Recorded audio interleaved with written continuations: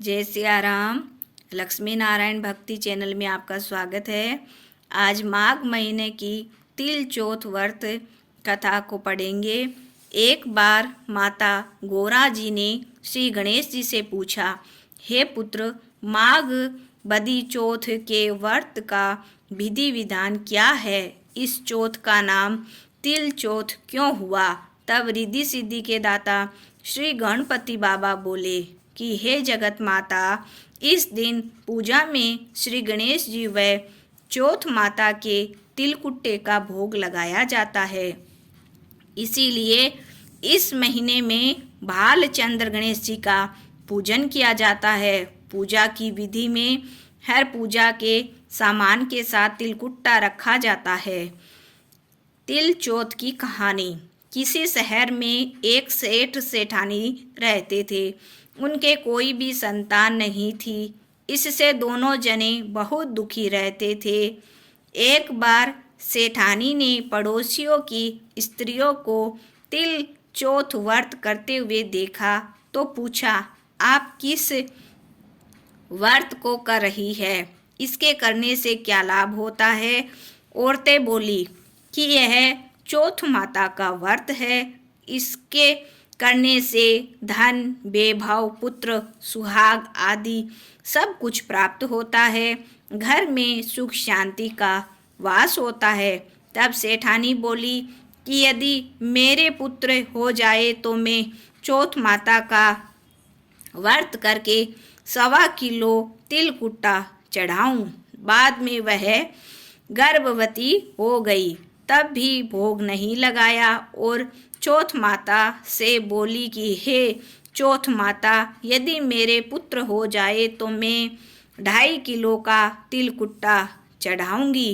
गौरी पुत्र गणेश व चौथ माता की कृपा से उसको पुत्र रतन की प्राप्ति हुई, पर उसने तिलकुट्टे का भोग नहीं लगाया। फिर जब वह लड़का बड़ा हुआ तो सेठानी बोली कि इस लड़के का विवाह हो जाए तो 5.25 किलो का तिलकुट्टा चढ़ाऊंगी। भगवान गजानंद व तिल चौथ माता की कृपा से उसके पुत्र की सगाई अच्छे कुल की कन्या से हो गई और लगन मंडप में फेरे होने लगे। लेकिन भाग्यवश सेठानी फिर भी चौथ माता के तिलकुट्टे का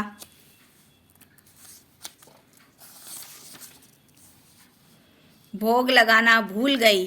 तब चौथ माता व श्री भगवान गणेश उस पर कुपित हो गए।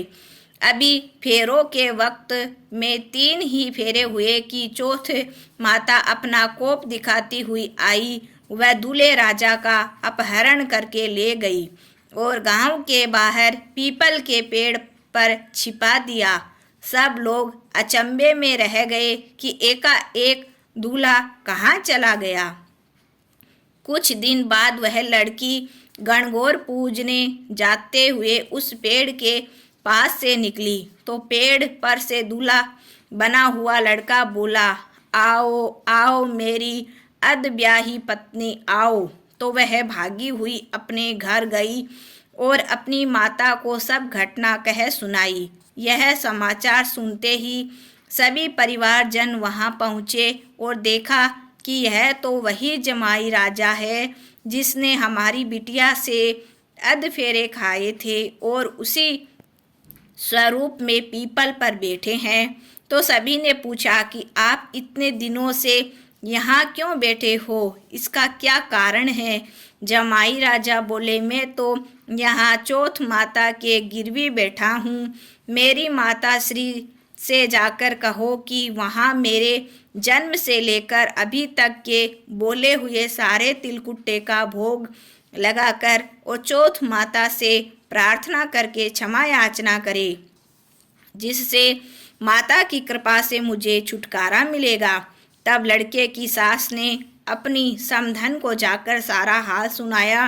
तब तो दोनों समधनों ने 1.25 मन का तिलकुट्टा श्री संकट सुवन गणपति भगवान व चौथ माता जी को विधि विधान पूजन करके भोग अर्पण करके क्षमा याचना की। चौथ माता ने प्रसन्न होकर हर्षित होती हुई बिजली की तरह दूल्हे राजा को वहां से उठाकर फिर वही फेरों के स्थान पर लाकर बिठा दिया। वहां वर वधू के साथ फेरे पूरे हुए और वर वधू सकुशल अपने घर के लिए विदा हुए।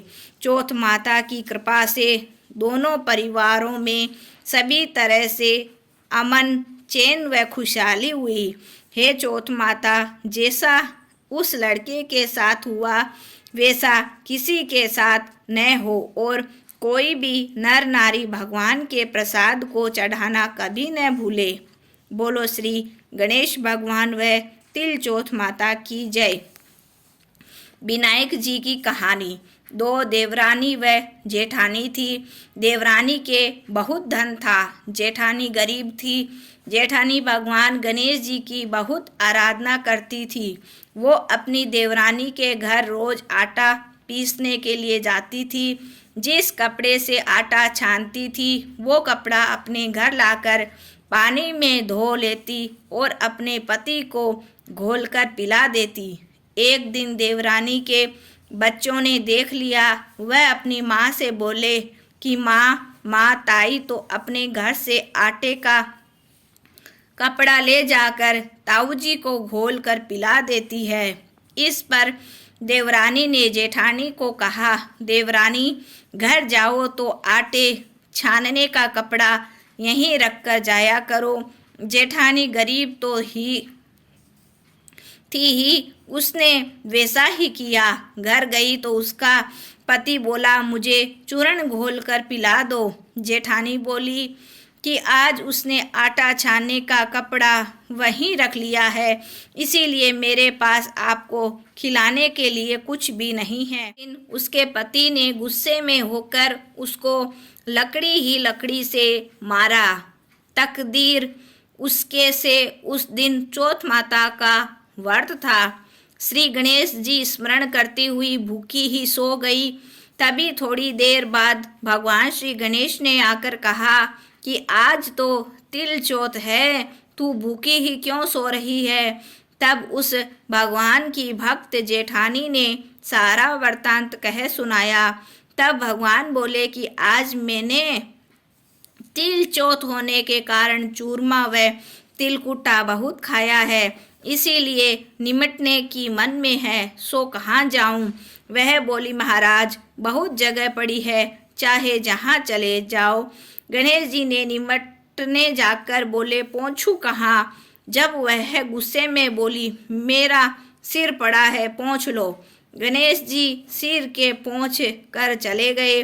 थोड़ी देर में जब उसने उठकर देखा तो सारा घर हीरे मोती से जगमगा रहा था। सारा सिर भी सोने की आभा से चमक रहा था। धन को बटोरने में देरी हो गई, इसीलिए देवरानी के नहीं जा सकी। देवरानी ने अपने बच्चों को ताई के घर देखने के लिए भेजा कि ताई क्यों नहीं आई है। बच्चों ने आकर देखा तो वहाँ भगवान की कृपा से हीरे मोती का ढेर लगा था। तब बच्चों ने जाकर अपनी माता से कहा कि माँ ताई के तो बहुत धन हो गया है। देवरानी भागी भागी अपनी जेठानी के पास आई और पूछा, इतना धन कैसे हुआ। भोली भाली जेठानी ने सारी घटना सच सच बता दी। इतनी सुनकर देवरानी अपने घर आई और अपने पति से बोली, मुझे लकड़ी ही लकड़ी से मारो। जेठानी को जेठ जी ने उसे बहुत मारा, इसीलिए उसके बहुत धन हो गया। उसका पति बोला, तू धन की भूखी है, क्यों मार खाती है। लेकिन वो नहीं मानी और मार खाकर अपने मकान को खाली करके श्री गणेश जी का स्मरण करके सो गई। गणेश जी आए और कहने लगे, फालतू में मार खाने वाली, उठ, मुझे बता कि मैं कहाँ निमटने जाऊं। तो वह बोली, मेरी जेठानी के तो छोटा सा मकान था, तेरे तो बहुत बड़ा मकान है, जहाँ इच्छा हो वहीं चले जाओ। और गणेश जी उसे शेर पर पहुंचकर चले गए। थोड़ी देर में उसने उठकर देखा तो सारा सर सड़ रहा था, बदबू आ रही थी। तब वो बोली, गणेश जी महाराज, आपने मेरे साथ छल कपट किया है। जेठानी को तो धन वैभव दिया, मुझे कूड़ा दिया। श्री गौरी पुत्र गणेश आए और बोले कि तूने धन की भूखी मार खाई और उसने धैर्य की भूखी मार खाई। देवरानी बोली, क्षमा याचना की, हे महाराज, मुझे तो धन नहीं चाहिए, आप अपना समेटो समेटो। देवरानी ने आधा धन जेठानी को दे दिया, लेकिन एक सुई नहीं दी। तब भगवान बोले, वो एक सुई भी जेठानी को दे। भगवान ने अपनी माया समेटी। रिद्धि सिद्धि के दाता, हे गणेश जी महाराज, आपने देवरानी के साथ किया वैसा किसी के साथ नहीं करना, जैसा जेठानी के साथ किया वैसा सभी के साथ करना। कहने सुनने हुकारा भरने वाले की मनोकामनाएं पूर्ण करना। बोलो गणेश जी महाराज की जय। चौथ माता का उज्जमन कैसे किया जाता है? अगर कोई लड़की व लड़के का विवाह हो तो उस वर्ष माही तिल चौथ को 1.25 किलो का या 1.25 पाव तिल का, गुड़ का या शक्कर का तिलकुट्टा चौथ माता तथा गणेश जी को चढ़ाना चाहिए और 13 सुहागिनियों को जिमावे। यदि जिमावे नहीं तो 13 पूरी, हलवा, मिठाई, नमकीन, सब्जी, बर्तन आदि रखकर उसके घर भेज दें। यदि कोई इतना ही करना चाहे तो 13 घेवर मंगाकर उन पर हाथ फेर कर दे देवे। एक जगह साड़ी, ब्लाउज, सोने की लौंग, बिछिया, बिंदिया, काजल, चूड़ी, मेहंदी, सिंदूर, पिटारी, सब सुहाग के सामान रखकर सासू जी को दे देना चाहिए। इसी प्रकार चौथ माता का उद्यापन किया जाता है। बोलिए चौथ माता की जय, विनायक जी महाराज की जय हो।